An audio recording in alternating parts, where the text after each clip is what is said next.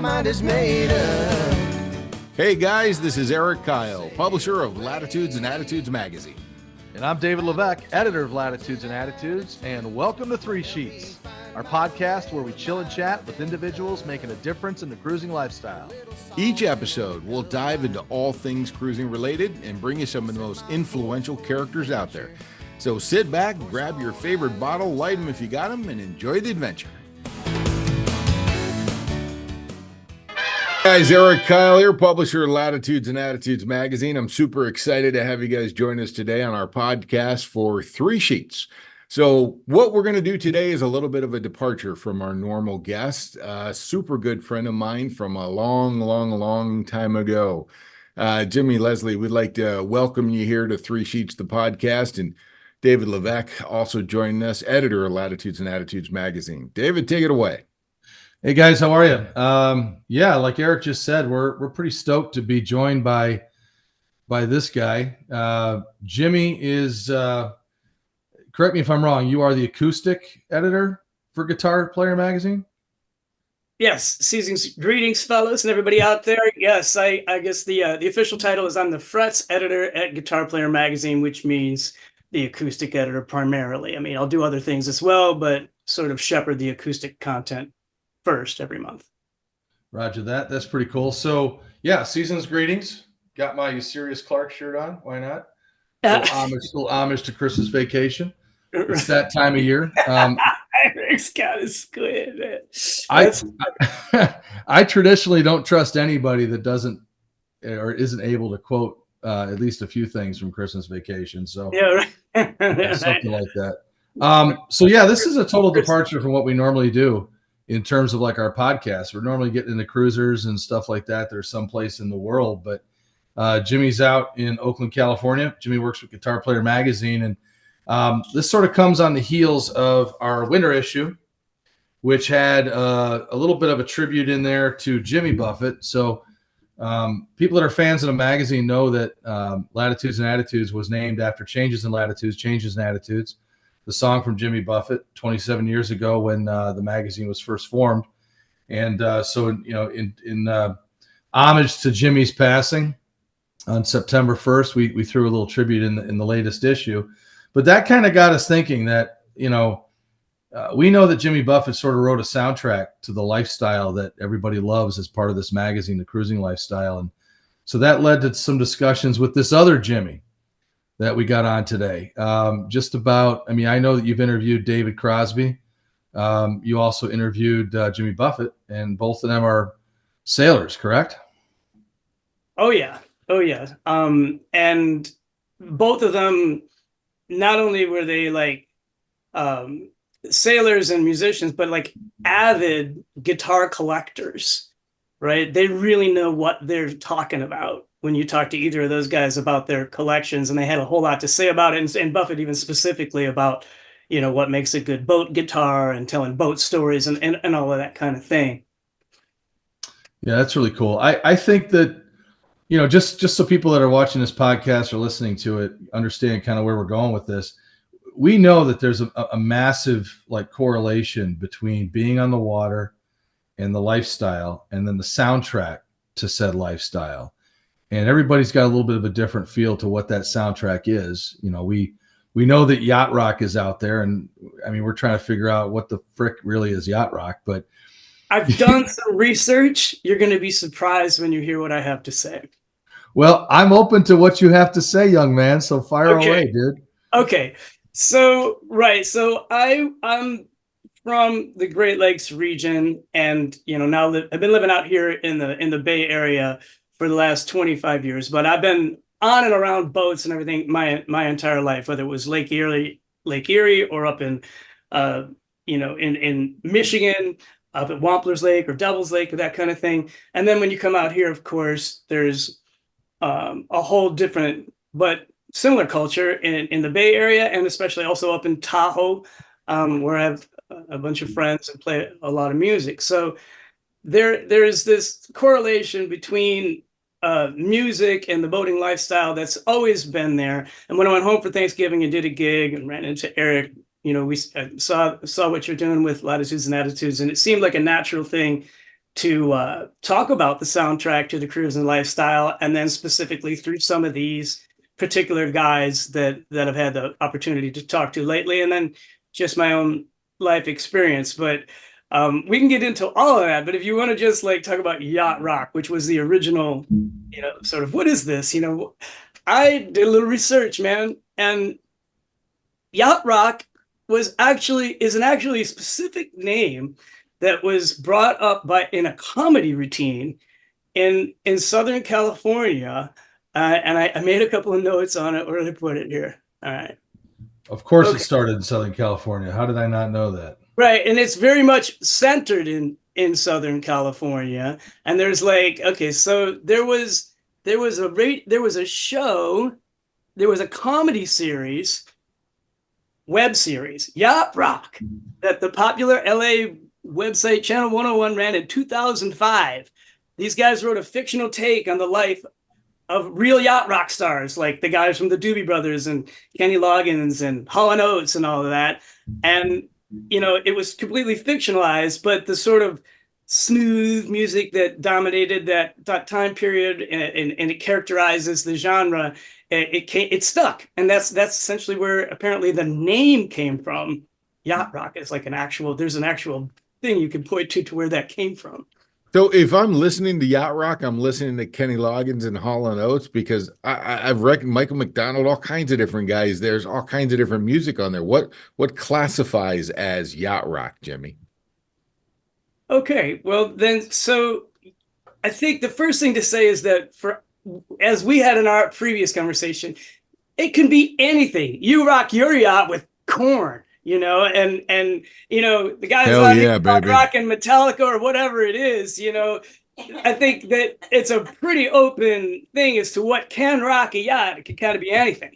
But in terms of what the genre is that we're talking about, there are characteristics of it that, it's got to be smooth, right? You want smooth sailing, not rough sailing. Right. So it's got to have this sort of crystal production, if you listen to like Rosanna by Toto, or the Pina Colada Song, or Steely Dan FM, these are that kind of production is definitely signature to the yacht rock sound.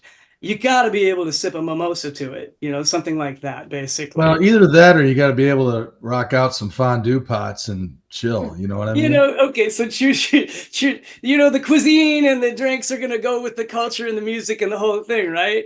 Also, that there's like a certain kind of harmonic structure to it. I mean, a lot of the yacht rock stuff was created in Southern California with very educated studio musicians who had harmonic sophistication to what they were doing. Steely Dan being a really great example of that. And the LA factor, this sort of Marina Del Rey kind of thing. And, most of those acts are going to be, whether it's from the Eagles or even the Crosby, Stills and Nash, or let's even talk about Jack Johnson in Hawaii. Most of it is centered on the West Coast, the Southern, sunny culture. And, maybe Hall & Oates is from, Philadelphia. But in general, we're talking about a Southern California scene. All right, now you've ruined it for me.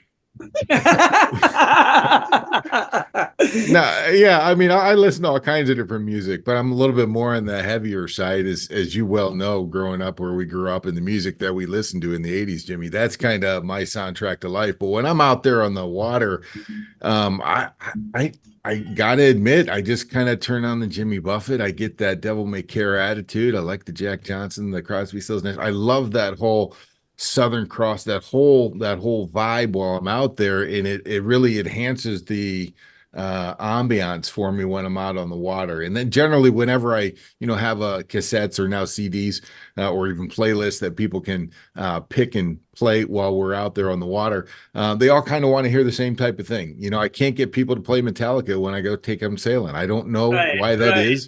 I hear you. I mean, we used to rock Guns N' Roses like crazy on the Maumee River when I was, back there. But once you really get out here now, and that is generally what people want to hear. And there's like a certain, I don't know, there's a certain thing to them. For example, to me, like here's one that maybe people don't mention much, but do you know the song Cool Change by the Little River Yeah, Band? yeah. Time for. That's a great yacht rock song, right? Yeah. I think, in my opinion, the ultimate one is Brandy by Looking Glass, right? Ooh. Right? I Isn't that love, in the She's a fine Guardian? girl, right? That Brandy. what's that? That Brandy's a fine girl. She's a fine girl, right? You know, and it's like that whole story there of her pouring the drinks for the sailor who's in love with her, but really, you know, he's got the cruising lifestyle, so he can't be tied down to this woman that serves him the drinks in this one place. You know, like that right there just kind of sums it up. Yeah. So I'm also curious now that we kind of have a little bit of a history lesson on yacht rock and what makes yacht rock. Let's talk just briefly about the sailors that are out there, the cruisers that are out there. Almost everybody has an instrument on board. It seems to be most people have a guitar on board. And they spend a lot of time on their bonfires on the beaches or on their at their home stations, just strumming right along. So what's the connection there that guitars, acoustic guitars especially, and cruisers, there's something going on there? Right. Well, it's cruisers and everything from cruisers to cowboys. It's just tough to carry the piano on board, you know. I think that was kind of what got that going. You know, whether you're putting it on a horse or a boat or whatever, it's gotta be portable, right? So and then this whole style of music, you know, comes around it, and the whole singer-songwriter thing of the 70s, and you know, yeah. So the guitar is the greatest instrument in the world. So of course that's the one that people are going to bring on the boat, and it's the one that's mostly you can use to play along to this particular soundtrack. And it's not even just a guitar, a smaller guitar, Yeah. and also a mandolin or a ukulele, right? These are the other things that I bring out on the boat all the time. And so when it comes to doing that, there are some guitars that are better than others, basically, you know. Like the classic rock guitar, the folk rock guitar, let's say the Crosby, Stills and Nash guitar, is called a dreadnought, which is named after a ship, by the way. The you know, 9 out of 10 acoustic guitars you've ever seen a guy, whether it's Steven Stills or Jimmy Page play or something, is a dreadnought guitar. And the dreadnought is named after a battleship from World War II, I believe. No, one. Shoot, one of the world wars. Anyway, it's a giant battleship, the dreadnought, and that's where the guitar got its name, because it was this bigger, bolder version of what had previously been a smaller thing, right? So, but the kind of guitars that so you could take your dreadnought on board, of course. It just takes a little bit more space to store a dreadnought. It's a pretty big guitar, whereas like a double O is the one that Jimmy Buffett said is the perfect boating guitar, right? So a double O just means it's just a little bit smaller body, and it's like, how big does it really need to be when you're out there traveling around? You know, it's still pretty. It's a real guitar and everything, but here, I'm going to show you something. Well, I'll show you two. This is the Martin 00 Earth guitar, made of all sustainable materials, no plastics, and you can see the earth scene on the front of it, and it's made out of mahogany. This exactly right here is what Jimmy Buffett said would be his ultimate boating guitar. And the reason is it's a smaller size guitar, but yet full enough. And also because it's made of mahogany. And mahogany is a wood that doesn't warp as easily as, or crack as easily as, say, rosewood, which is the other most common thing to make the back and sides out of. So it's just a little bit more boat worthy in that regard. And then there's this one right here I must bring up because I just reviewed it for Guitar Player Magazine. The Martin ummmm Biosphere, look at that, with the whole aquatic scene right on the front of it and a sea turtle and everything.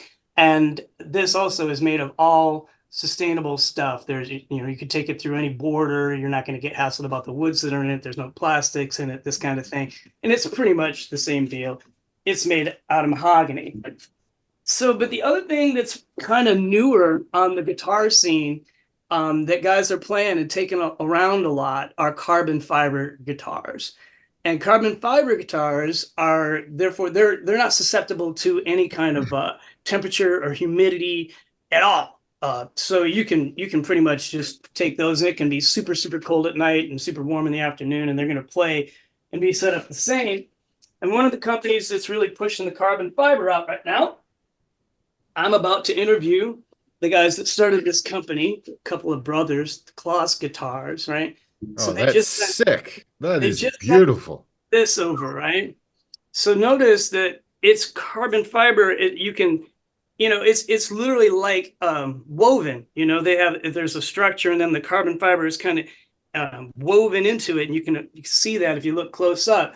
But this guitar, I'm particularly interested in because what they're doing is they're very much marketing the travel guitar thing, and they have a travel size guitar, which is very small, but this is kind of in between that and a full size guitar. Because when I go out and play, I really want something that still feels like a real guitar. I don't want it to feel like a little toy, and if I had to get off the boat or out of the van and go do a gig with it, I want it to be gig worthy.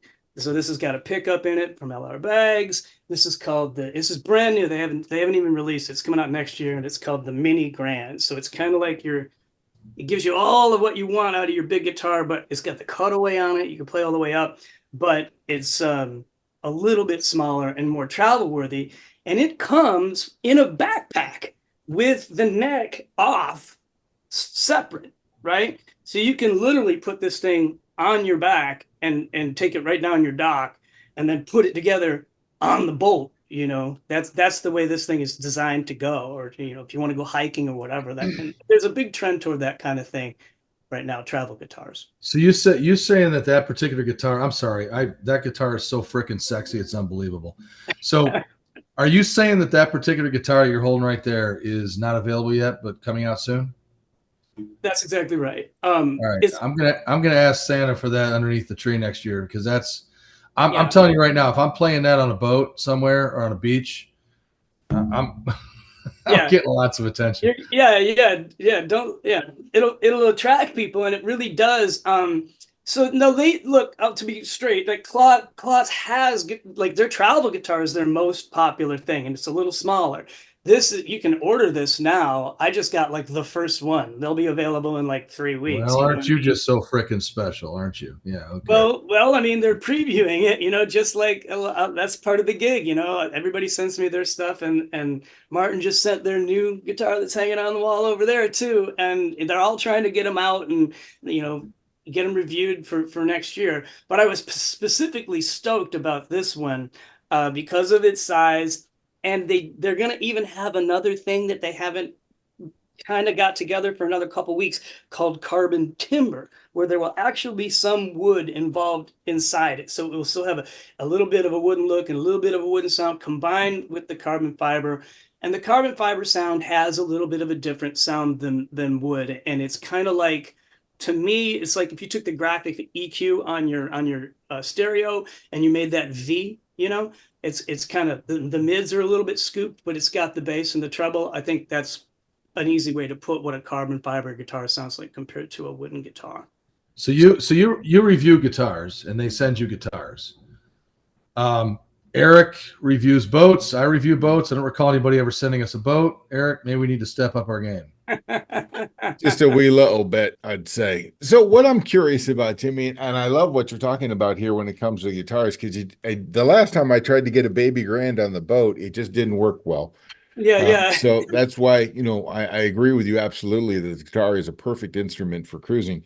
But tell us a little bit about some of the people that you have interviewed that you didn't expect to be cruisers, sailors, people that are out there enjoying the cruising lifestyle.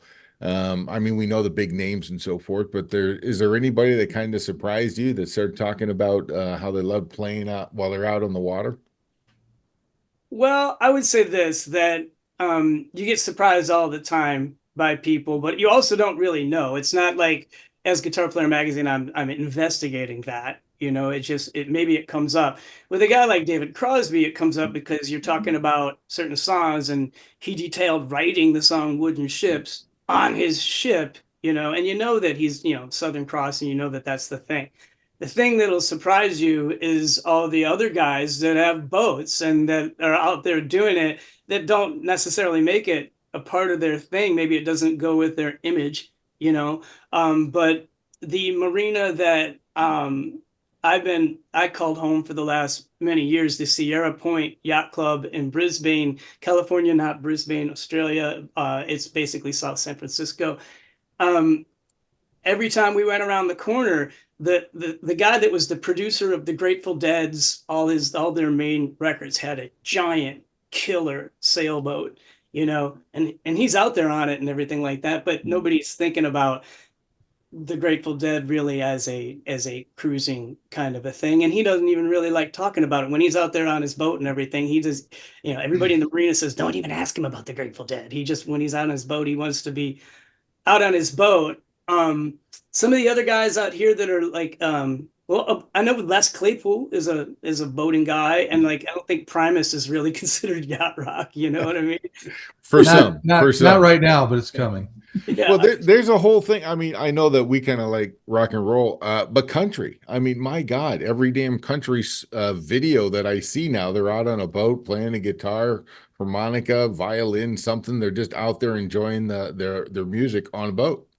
They're totally doing it, and they're crossing it right over, and they're having the same kind of parties. I mean, these retreats that were really popular to go down to like Cancun, Playa del Carmen, this kind of stuff, that you'd seen the jam band guys doing for a long time. Now all the country guys are doing it too, and they're crossing over and doing tunes with guys like, Jimmy, not now, obviously, but a couple years ago.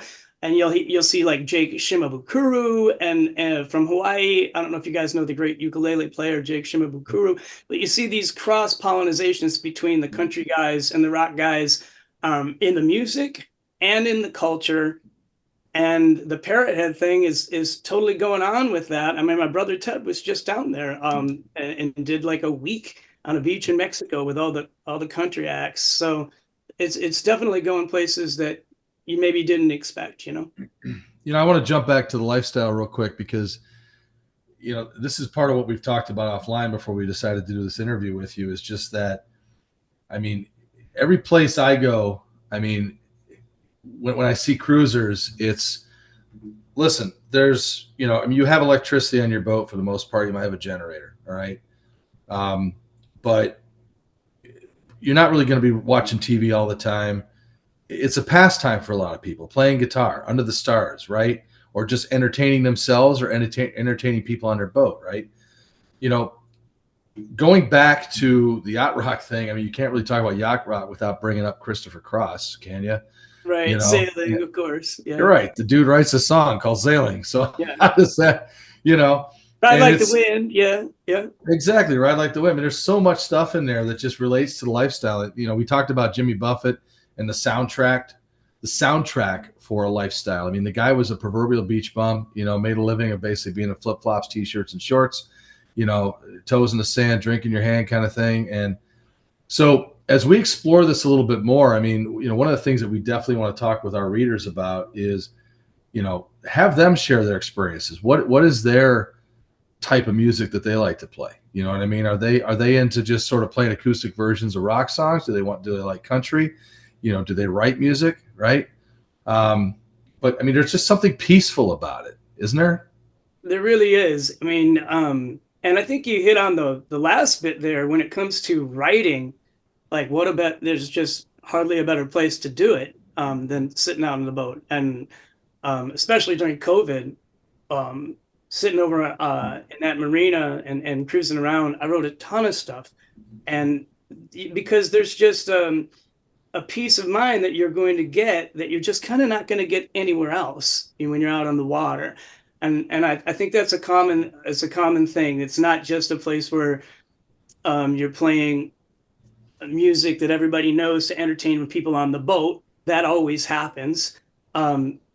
But then as an artist, it's your refuge. It's your place where you go to get away from everybody. And it's when you're in those moments that you're probably going to come up with something that you wouldn't have come up with if you were just sitting around home with your computer and your dog and your wife and everything else going at you. Well, I have a confession to make, Jimmy. David, you may or may not know this, but I can't sing. Oh no. He can't sing. Trust me, he cannot. No, I can't sing. I can't play guitar.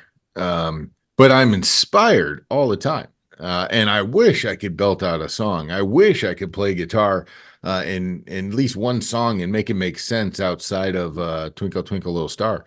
So if I'm a cruiser and I want to start enjoying music on my boat, music that I can perform, that I can play, that I can partake in, and maybe write a little song or something, what do you suggest for the cruisers that are out there? Just get a guitar, try to learn a couple chords. I mean, I was fascinated when I listened to your interview with Jimmy Buffett. He's like, yeah, I learned four chords, and then I got a Martin guitar, and everything was history after that. So what can I, not that I aspire to be Jimmy Buffett, but what can I do in order to find a guitar entertaining for me while I'm out there cruising? Okay, well, there's a couple things you can do. One, the ukulele can be a pretty good introduction, right? If you don't want to handle 6 strings, that's got 4. There are certain ukuleles there's different ukulele sizes. But if you get the I think it's the tenor, it's then tuned exactly the same as the top 4 strings of a guitar. So you can get those first chords, your D chord and your C chord or whatever, the tops of them, you can work into it without having to learn all 6. You can kind of add that. And then as far as the way that you can learn to play, I think that he's right on the money with it. When I was younger and starting to play, I mean, the first thing that your grandma, your mom, or anybody would do, they would give you a little book and say, here, and here's the notes, and you're trying to figure it out and all.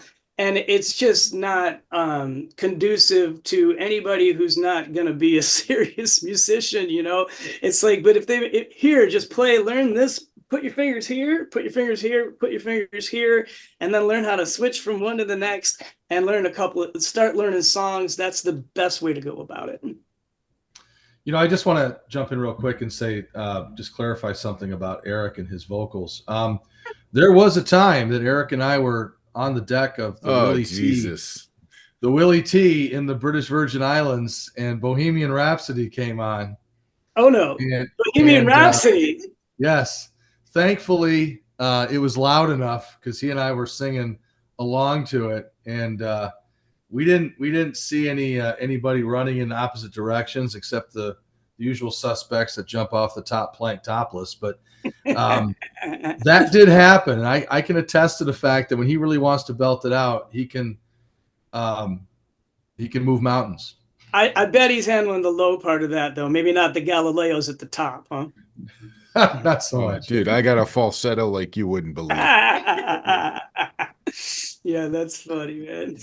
I can only imagine the visual on that. Yeah, well, I'm sure we'll get you one.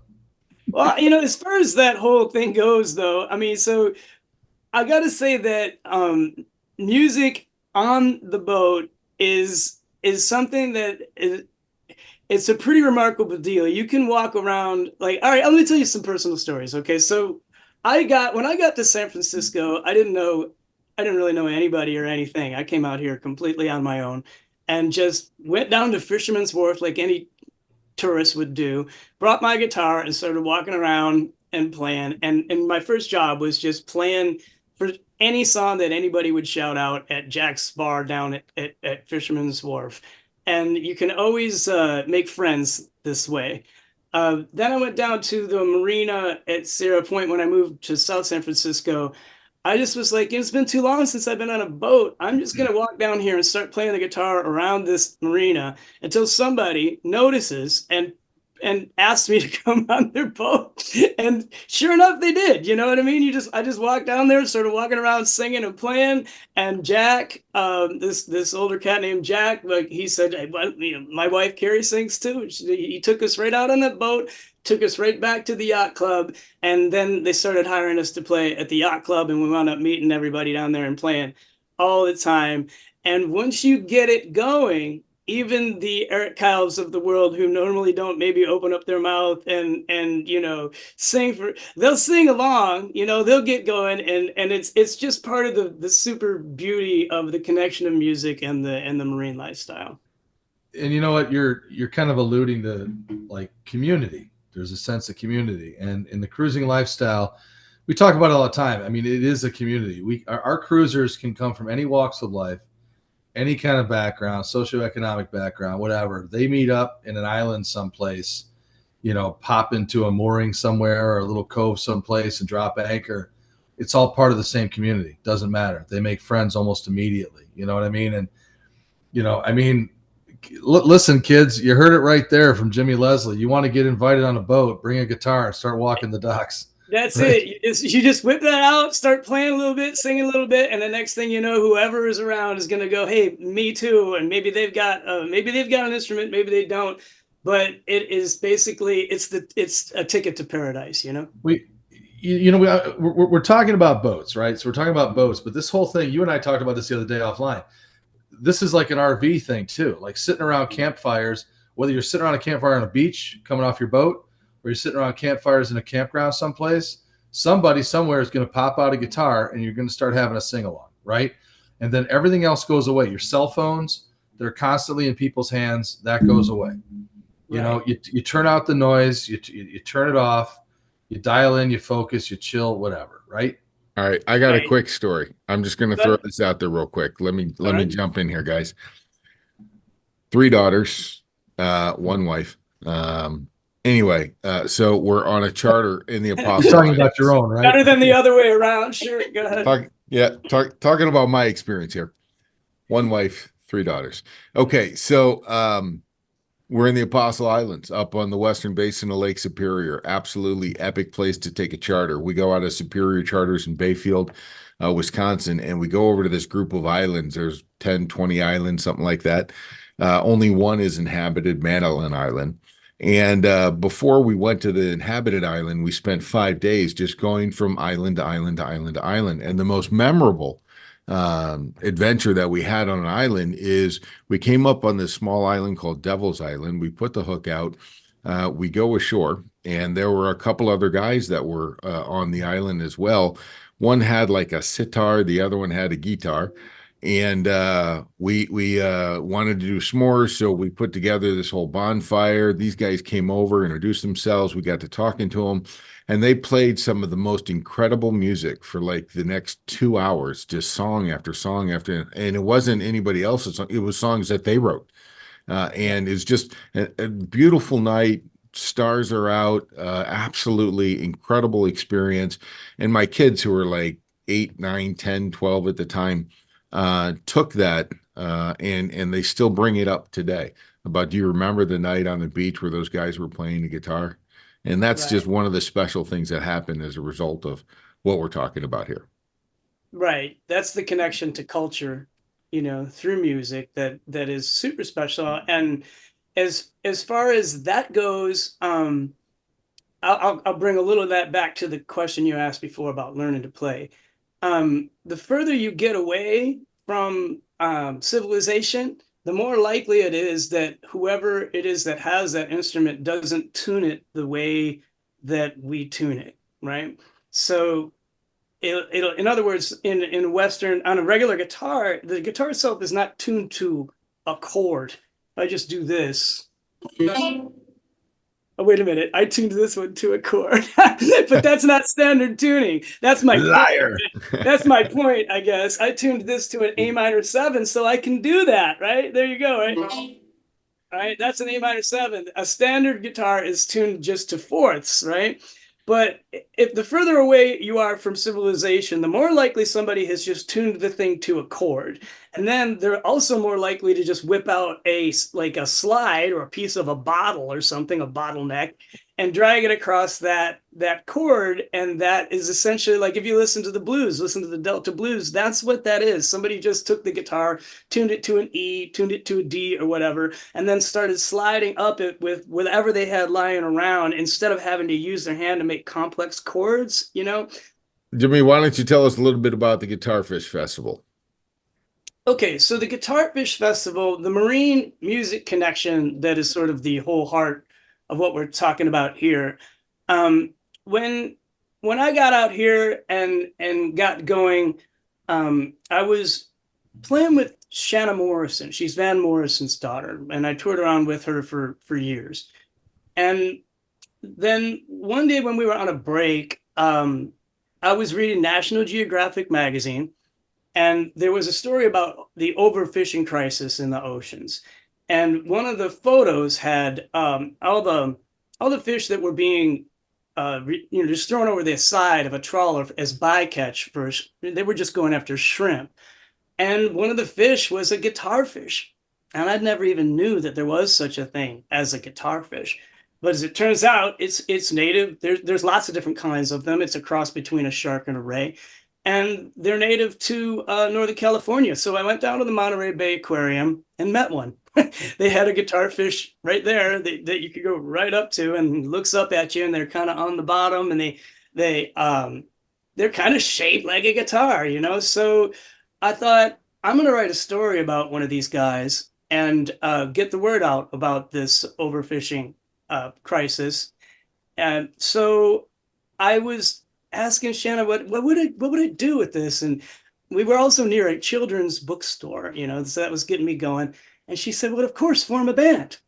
I was like, oh, great. Okay. So Jimmy Finlicks became the character, the lead character for the Guitarfish Adventures. And then he starts in the San Francisco Bay, and he cruises around, and he finds Sugar the Manta Ray, the big bad bass player, who's essentially based on Bootsy Collins. And Bootsy Collins wrote the foreword for the book and everything.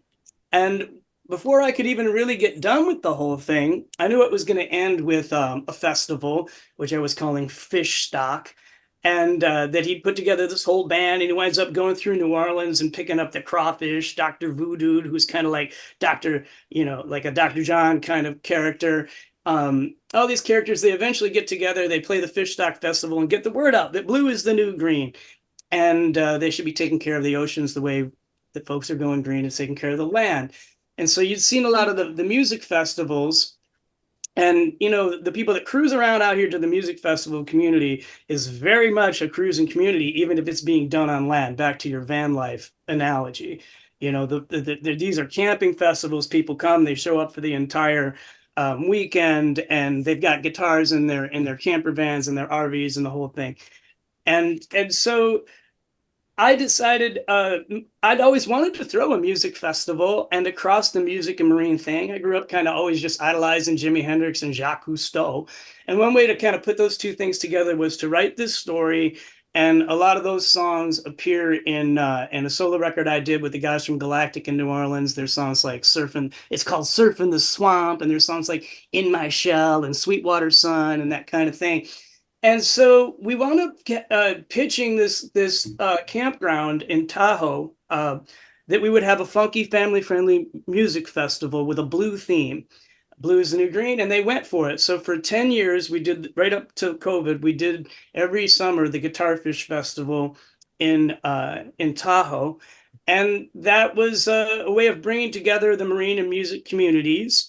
Down here in San Francisco, we would have these things called Blue Hootenannies. At the record plant in Sausalito was where we did it mostly. And my friend June Barnard, who knows everybody in the sailing community and everybody in the marine community, whether they're working at the Marine Mammal Center or at the aquarium or whatever, she would kind of gather these people, and then we would learn about sailing, and we would learn about the oceans and all these kind of things, and everybody would whip out their instruments, and we'd have a hootenanny and play music. We brought that to the Guitarfish Festival. And so I was the blue director at the Guitarfish Festival, where we're merging these things together. And I feel that this natural connection between the music scene and the cruiser scene that we're trying to kind of get going here in this magazine was kind of embodied with that, with the Guitar Fish Festival, and that community is very much the same kind of community that we're addressing here with Latitudes and Attitudes. Man, absolutely, my friend. And so we're really looking forward to getting a lot more information from you about what's going on in the music scene as it relates to what's going on with cruising and how we can explore both of them at the same time and how they cross-pollinate. And I'm just excited about having somebody that's actually got some music talent outside of me, because I don't. Talk Wait a us minute. through and help I us can through. sing. You got to cut me some slack here, brother. I can at least carry a tune in a bucket. No, David, Yeah, you were in a band once, and that was absolutely fantastic. And when you got paroled, from what I understand, you tried to actually take it on the road as well. They were questionable bars that you were going into, but at least they let you sing. That was great. Okay. What? That's What? got paroled. All right, there's a lot to unpack there. I don't know if I need to Jesus. get into that or whatever. This is going downhill fast. I'm just going to echo what Eric said about not being paroled. I'm going to echo it about just the amen part about what you said about, the merging of the communities and whatever. I'd be curious because a lot of the cruisers that we are associated with and fans of, and they're fans of us, and whatever. For example, we're partnered up with what's called the Young Cruisers Association. Everybody's doing these raft ups or flotillas, as they call them, right? Yeah. And I'd be really curious, and I would encourage a lot of them, and we'll do that through our social media channels and promotions for what we're going to do in the future with the music section of this magazine. I want to see what they're doing. I want somebody on these boats that they're rafting up's got a guitar. Someone's bringing guitars. Someone might have some percussion instruments or something they're playing. I definitely want to get some more content like that.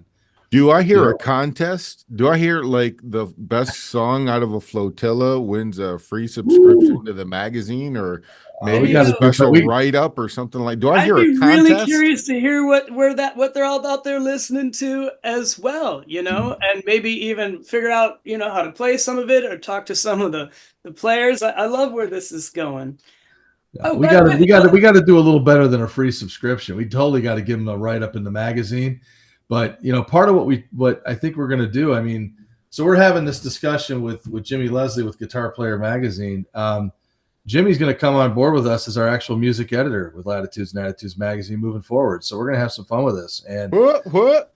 Yeah, I think we're going to have to create like a Latitudes and Attitudes playlist, our own playlist on Spotify or something. And that's what I want to do. Let's get the playlist going. Let's talk about what we rock on our yachts or our friends' yachts. Let's listen to what folks out there are doing, and throw it all into a big gumbo and share the music and share the whole culture of it. It's a cruising gumbo. I love it. That is a great line, cruising gumbo, but I also like share the music. Let's share the music, guys. All right. Well, I think we're going to wrap it up there. Thanks so much for joining us today, Jimmy. We got a lot more coming down the pipe for our viewers and our listeners. We greatly appreciate your time. David, anything that you'd like to say in closing? No, you know what? I really appreciate your time, Jimmy, on this. This is this is not a unique blend, boating and music. We know it's out there, but for what this magazine is about, which is about the cruising lifestyle, we are expanding the lifestyle content really in this magazine. And why wouldn't we expand it into music and arts, right? Because that's what it's all about. And I'm stoked to get this off the ground. I really am. I'm as well. And I think that, what I've been doing in the past, which is coming from the music scene very heavily and involving, the marine scene into things like the Guitar Fish Festival and all that, that's a little bit more specific. The truth is who out there that's doing the cruising lifestyle doesn't have a soundtrack to that lifestyle? It's such a natural fit to go the other direction, from the cruisers to their music, and then and put it together. I can't wait to do it. I'm really curious to see what everybody else is listening to, and happy to share my insights however I can. Thank you again. Yeah, Jimmy, I greatly appreciate it. David, well done. Great thoughts on this. And we wish you guys all the best. Give Carrie our love as well. And we'll look forward to the next time we can catch up, my friend. Right on. All right. Well, season's greetings. Have a great break. Travel well. Let the good times roll. We'll see you later. Thanks. All right. Hey, we leave you now with the title track from the aforementioned Guitarfish Adventures by Jimmy Leslie, called Blue is the New Green. Blue is a new green. Blue is a new green. I'm talking to you about a cool new scene. Blue, blue, blue, blue, blue is the new green. Hey, hear what I mean? Yeah. Everywhere in oceans, fish like you and me are disappearing fast, disappearing like the trees. There's still time to make it work. We could come together first. The people and the fishes for all except the words. Hey, blue is the new green. Blue is the new green. I'm talking to you about cool scene. Yeah, blue, blue, blue, blue, blue. It's the new green. My mind is made up. I'm gonna sail away. Latitudes and attitudes will help me find my way with my loving cup. A little salt and a